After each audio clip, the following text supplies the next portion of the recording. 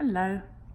This is a question from Lauren, and Lauren says, I have a question regarding what to do about my current friendships and my eating disorder. I'm in recovery from anorexia and I have weight restored, but I am still greatly struggling with thoughts around food. Everything gets worse when I eat with my friends. Many of them portray disordered eating around me, such as talking about how they haven't eaten all day for an event later, barely eating anything all day just because, or only eating extremely small portions of food. It honestly drives me insane and makes my anorexia spiral. I've told them about my disorder and how this bothers me, but they still do these behaviors anyway because they don't want to risk becoming bloated. I don't know what to do because they are my only friends and I've known them my whole life before anorexia and everything. I'm extremely shy and I have social anxiety, so I have serious trouble making new friends and I would feel too terrible to leave them as well. I don't want to completely isolate myself again. I did this for a lot when anorexia had complete control of me and just stopped going out to eat with them either. I feel so lost in everything they do. I feel like I have to do as well. It makes it so difficult to recover when those around you aren't normal eaters. Please help. Yes, it does make it much more difficult when people around you aren't normal eaters.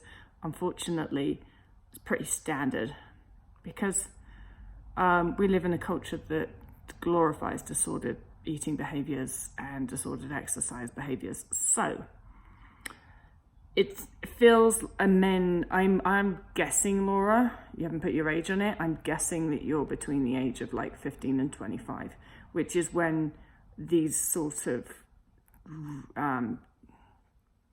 disordered behaviors around food are most common, especially in girls, but not just in girls, a lot of the time in boys as well. So it gets easier as you get older. That's not particularly helpful though, is it? What it really comes down to is you being able to control your attitude and your reaction to things. So it's way more difficult and your brain picks up way more than anything else on differences that you have with other people around food.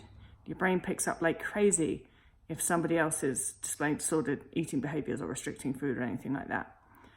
And the first part for me was just realizing that my brain did this. My brain is hyper aware around food stuff. So there are probably plenty of other things that your friends do that are slightly weird. Like you might have a friend that drinks way too much alcohol. You might have a friend that takes too much drugs. You might have plenty of friends that differ in their attitude to clothes and their taste in clothes and what they wear than you do. So it's not like differing opinions or different attitudes to things are something that are uncommon to you. They're going to be present in all of your relationships, but your brain just sort of writes those off as like, oh, well, we just differ on that. She likes short skirts, I like long skirts. Like, it's not a big deal. But when it comes to food stuff, your brain is like, vroom, and this really matters. And like if somebody else restricts, I've got to restrict. That is a bit like, like your friend cutting your hair and then your brain going, right, she's cut her hair. You've got to cut your hair too, and your brain doesn't do that about other things. It just does it around food and movement related things. So if you can start to understand that, I think that's helpful because then you can go like, all right, brain, settle down. You don't have to get all hyped up about it. Just ignore it. You don't have to do what everybody else does. And that's what I had to do for a while. I just had to force myself to ignore. Just be like, and notice that my brain will pick up on it. Be like, all right, brain, thanks very much. Settle down now. Leave it. And then usually the rewiring action would be, say, if my brain is like, that person over there restricted. You got to restrict too. I'll be like, all right, thank you, brain. Thank you very much. I'm actually going to eat more food, right? Just to prove to you that I don't have to do that shit. Same with the exercise stuff. The exercise stuff was so hard for me. Especially when I first went cold turkey and exercise, and I was just like, it suddenly seemed like everybody in the world was a runner. And like everybody was exercising. My brain was like, look, that person's exercising. Look, that person's exercising. Look, that person over there exercising. And, all this comparison. And I just had to be like, all right, stop. I don't care. I'm going to pretend I don't care because I do care really, but I'm going to pretend I don't care. And I'm actually going to do the opposite of your suggestion, which is that I go out and start running again. I'm going to do even less. I'm going to sit on the couch. So that's sort of how you need to deal with it. And the brain is an amazing thing. And once you start that rewiring work, and the rewiring work that you're doing there is proving to your brain that you actually don't need to pay attention to this shit and it's not important. And you prove that to your brain by not paying attention to that shit and not treating it as if it's important.